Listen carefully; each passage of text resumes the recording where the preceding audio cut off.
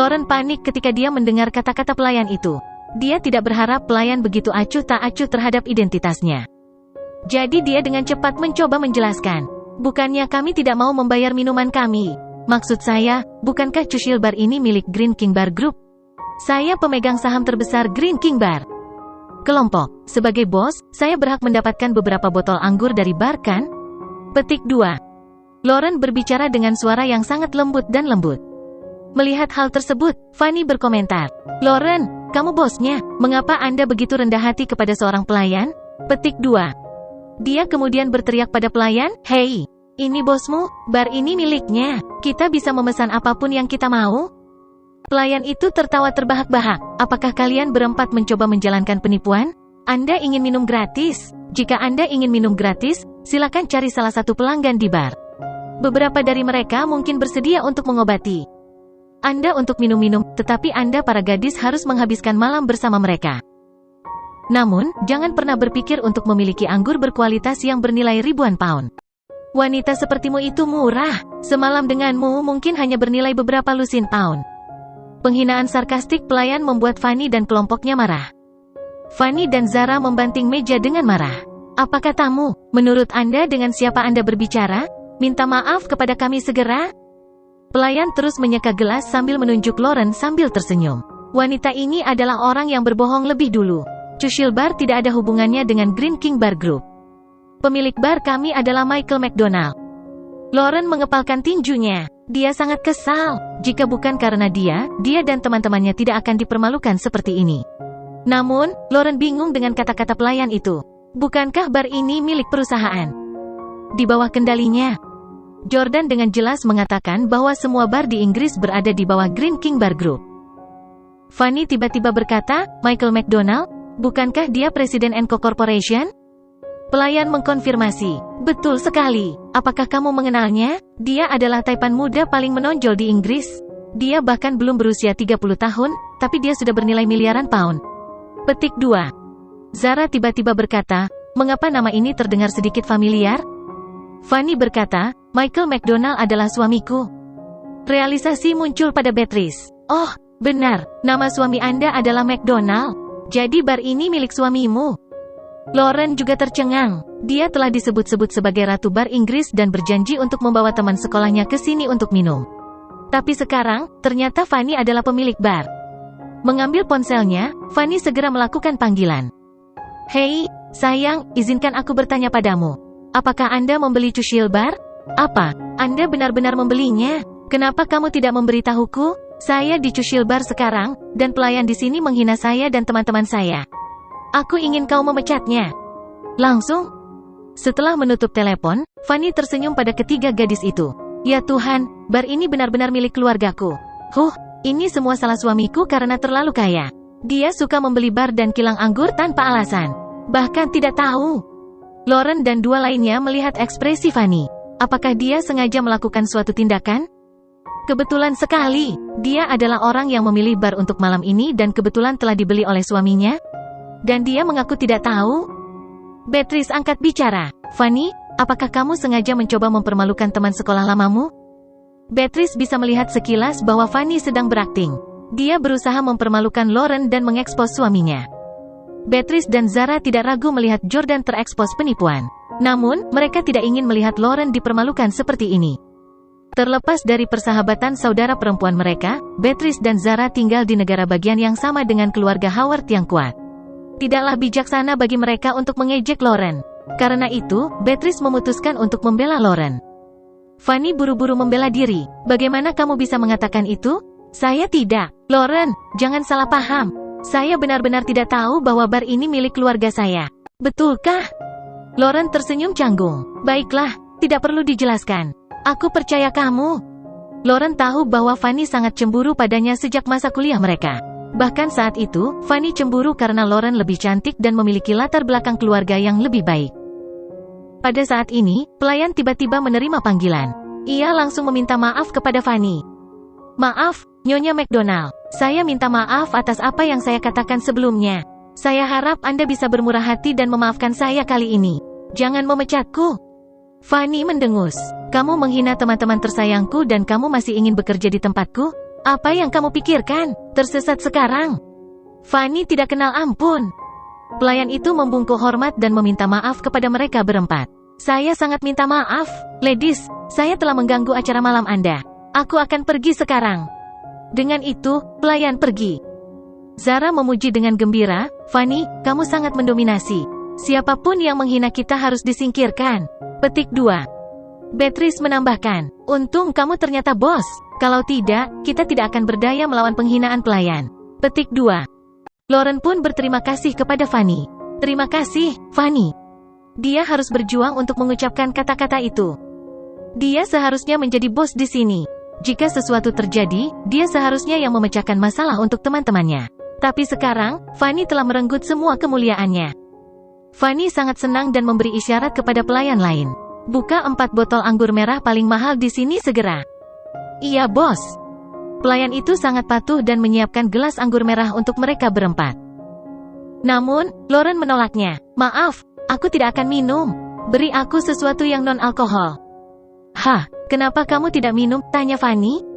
Lauren menjelaskan, saya masih harus bertemu keluarga Jordan nanti. Benar-benar tidak sopan mencium bau alkohol pada pertemuan pertama kita. Fanny berkata tanpa daya, Lauren, kenapa kamu masih menganggap serius suamimu yang pembohong itu? Anda masih ingin melihat orang tuanya? Dia pembohong. Apa gunanya bertemu dengan orang tuanya? Zara menambahkan, itu benar, Lauren. Bukankah suamimu mengatakan bahwa Churchill Bar milik Stellus? Dia juga mengatakan bahwa semua bar di Inggris adalah milik keluarga mereka. Pada hari pernikahan Anda, dia dengan murah hati memberikan semuanya kepadamu. Tapi sekarang, kami menyadari bahwa itu tidak benar. Beatrice juga menyela. Saya juga tidak berpikir Jordan kaya. Bentley tua dikirim untuk menjemputnya. Saya ingin tahu apakah itu bekas atau disewa. Itu tidak bisa dibandingkan dengan mobil barumu. Lauren merasa sangat tidak nyaman diragukan dan diejek oleh teman-teman baiknya. Apakah Jordan benar-benar pembohong? Fanny duduk di bar dengan menyilangkan kaki dan mengeluarkan sebungkus rokok. Mengetahui bahwa Lauren dan 2 lainnya tidak merokok, dia hanya menyalakan sebatang rokok untuk dirinya sendiri. Dia cantik dan terlihat lebih menawan ketika dia merokok. Dia juga memiliki aura seorang bos. Fanny meniup cincin asap. Lauren, jangan salahkan kami karena mengatakan ini. Pernahkah kamu dibutakan oleh cinta? Berbicara secara logis, bagaimana mungkin seorang gadis yang bijaksana dan duniawi menyukaimu? Percaya omong kosong Jordan? Semua bar di Inggris milik keluarganya? Puff, untungnya, saya tidak menghadiri pernikahan Anda. Jika saya melakukannya, saya akan menamparnya ketika dia mengatakan itu. Suami saya berasal dari A. Keluarga terhormat di Inggris. Dia memiliki hubungan dekat dengan semua keluarga papan atas, keluarga kerajaan dan bahkan tokoh politik. Bahkan kami tidak berani mengklaim bahwa kami memiliki kemampuan untuk itu. Beli semua bar di Inggris. Lauren bukanlah wanita yang lembut dan lemah. Dia sangat marah karena seseorang berbicara seperti itu tentang pria yang dia cintai. Lauren membalas, Fanny, kamu tidak mengenal suamiku, jadi tolong jangan bicara omong kosong. Suami saya tidak punya alasan untuk membohongi saya, karena saya bukan wanita yang rakus. Kekuasaan dan uang. Bahkan jika dia tidak punya uang, aku akan tetap menyukainya. Fanny mengangkat gelasnya dan berkata, sayang, kamu tidak mengerti. Anda tidak menghargai latar belakang dan status keluarga, tetapi orang tua Anda menghargainya. Dia mungkin tidak berbohong karena kamu. Tapi dia berbohong untuk menipu orang tuamu. Zara dan Beatrice berada di pihak Fanny untuk ini. Mereka mendukung perang salibnya melawan Yordania. Itu benar, Lauren. Bibi tidak pernah menyukai Jordan kan? Mungkin dia hanya mencoba menipu orang tuamu. Menurut saya, Jordan jelas orang miskin. Dia bahkan tidak membeli rumah saat menikahi Lauren. Bagaimana bisa seorang pria yang bahkan tidak bisa membeli rumah disebut pria?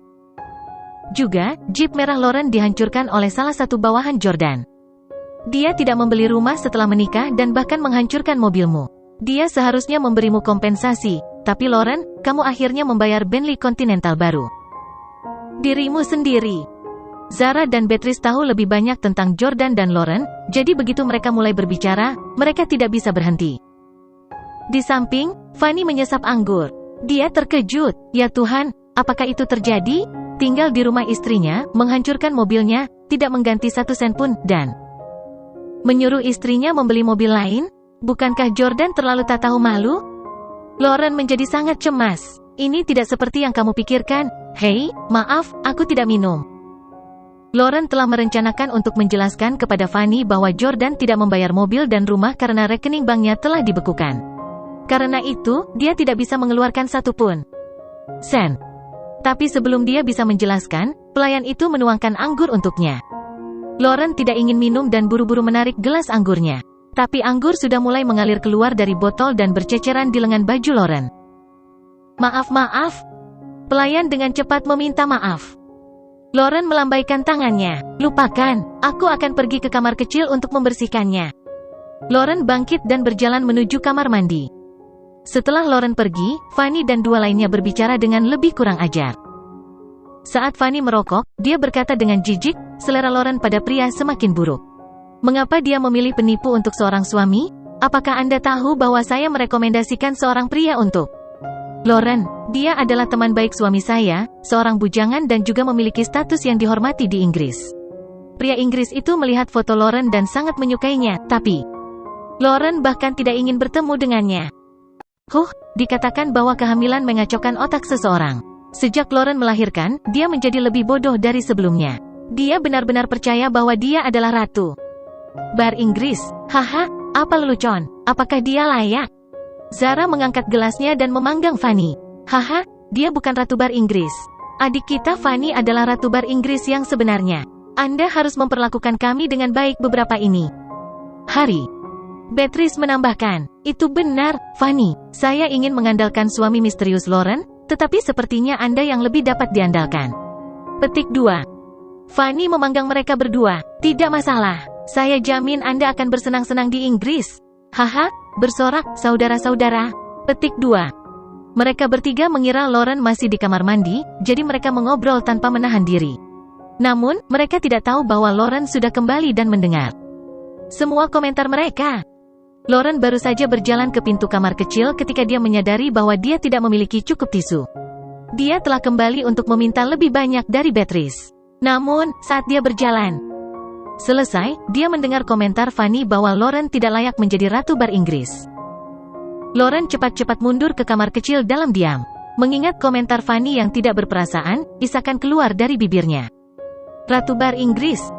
Sejak Jordan memberinya gelar ini, Lauren selalu menganggapnya sebagai suatu kehormatan. Bukan karena Lauren sia-sia, tetapi karena dia menyukai Jordan. Dan selain itu, teman-temannya yang lain selalu memanggilnya begitu. Seiring waktu, dia benar-benar merasa bahwa dia adalah ratu bar Inggris. Namun, dia tidak berharap akan dihina dan diejek seperti ini di sebuah bar di Inggris. Lauren berasal dari keluarga yang kuat, dan dia belum pernah mendengar orang membicarakannya seperti itu. Air mata berkilauan di matanya. Dia merasa sedih dan ingin mencari tahu apa yang sedang terjadi. Dia menelepon Jordan. Suami. Sayang, ada apa? Jordan masih di dalam mobil. Mereka belum sampai di rumah kakeknya. Lauren berkata, aku ingin menanyakan sesuatu padamu. Jordan dapat segera mengetahui bahwa ada sesuatu yang salah. Sayang, ada apa? Apakah kamu menangis? Apa yang terjadi? Lauren tidak ingin Jordan khawatir dan langsung menyangkalnya. Tidak, aku tidak menangis. Saya baik-baik saja. Saya hanya ingin bertanya, apakah Churchill Bar bukan milik perusahaan kami? Jordan bingung. Kenapa kamu menanyakan itu? Lauren berkata, oh, saya pikir mungkin saja perusahaan kami membeli batangan lain, tetapi tidak yang ini. Saat itu, Lauren masih tidak percaya bahwa Jordan telah membohonginya. Mungkin dia kebetulan melewatkan bar ini. Tetapi Jordan menjawab, tidak mungkin. Churchill Bar adalah salah satu dari 10 bar terkenal di Inggris. Mustahil bagi kita untuk melewatkan yang satu ini. Selain itu, kakek saya selalu khusus ketika memonopoli suatu industri. Tidak peduli seberapa besar bilahnya, jika dia menginginkannya, dia akan membelinya dengan cara apapun. Lauren, saya dapat memberitahu Anda dengan jelas bahwa semua bar di Inggris adalah milik Anda. Anda adalah satu-satunya ratu bar Inggris. Jordan adalah orang yang sensitif. Dia merasakan sesuatu mungkin telah terjadi pada Lauren di Churchill Bar. Lauren, apakah Anda mengalami masalah di bar? Katakan dengan jujur, tidak apa-apa. Saya juga pemegang saham utama grup bar. Aku berhak tahu. Lauren juga merasa bahwa jika Stellus benar-benar memiliki Churchill Bar, dia harus melaporkan kejadian itu ke Jordan. Lauren berkata, saya mengungkapkan identitas saya kepada staf di sini. Saya juga mengatakan bahwa saya adalah bos dari Green King Bar Group, tetapi mereka tidak mengenal saya atau perusahaan kami.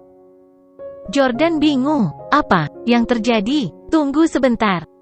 Jordan meletakkan teleponnya dan menutupi gagang telepon dengan tangannya. Dia bertanya kepada Butler Frank, yang duduk di kursi penumpang depan, "Butler Frank, apakah cushil bar milik Stelles?" Kepala pelayan Frank mengangguk. "Tentu saja, Tuan Jordan." Jordan mengangkat teleponnya lagi dan berkata kepada Lauren, "Aku akan menangani ini.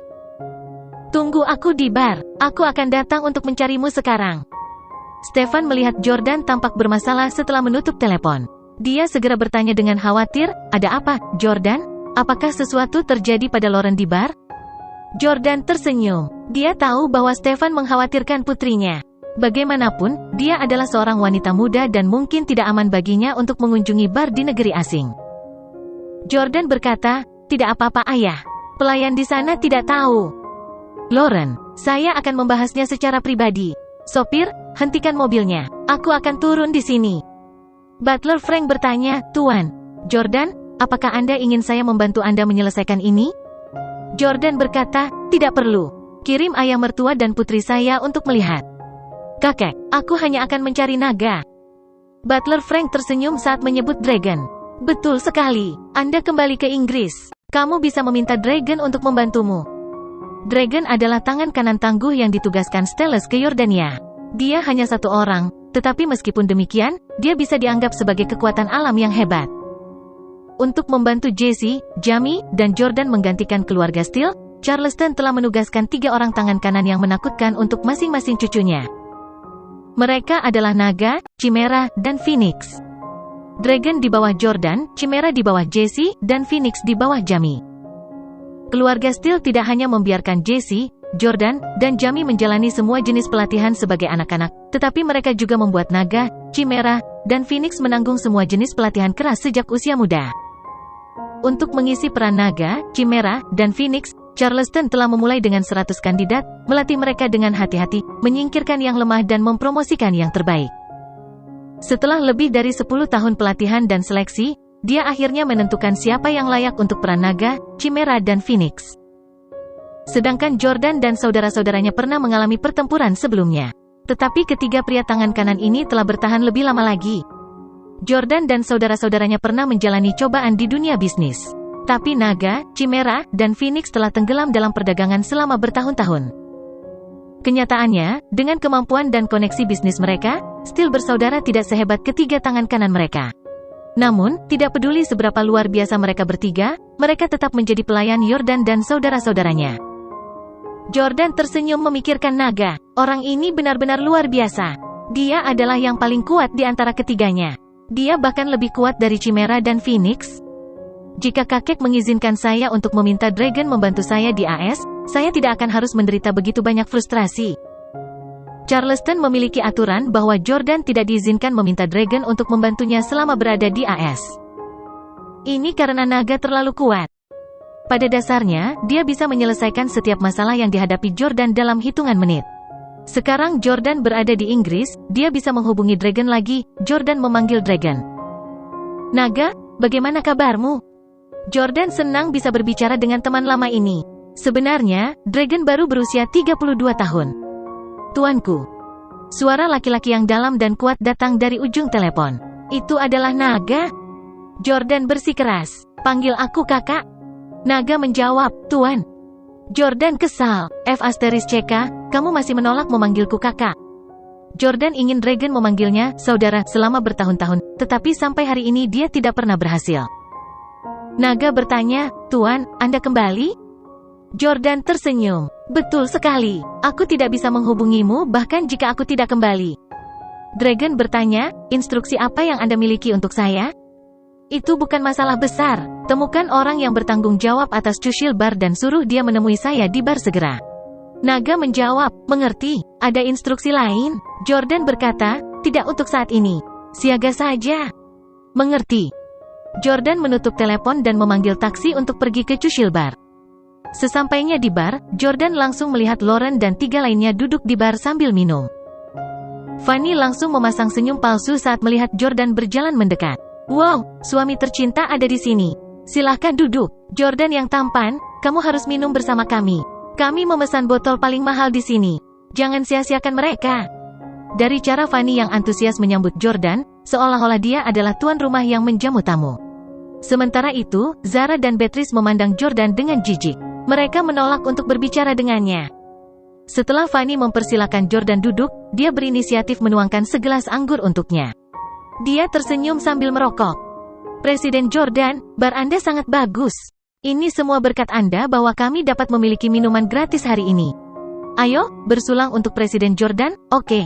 Petik 2. Zara dan Beatrice mencibir. Mereka tidak berniat mengangkat gelas mereka.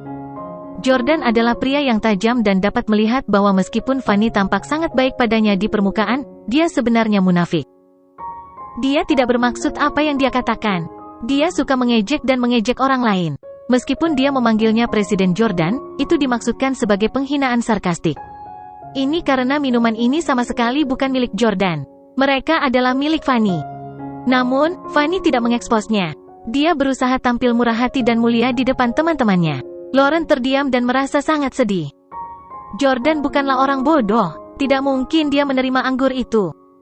Dia berkata dengan nada serius, "Miss Fanny, kamu tidak perlu mengatakan hal seperti itu.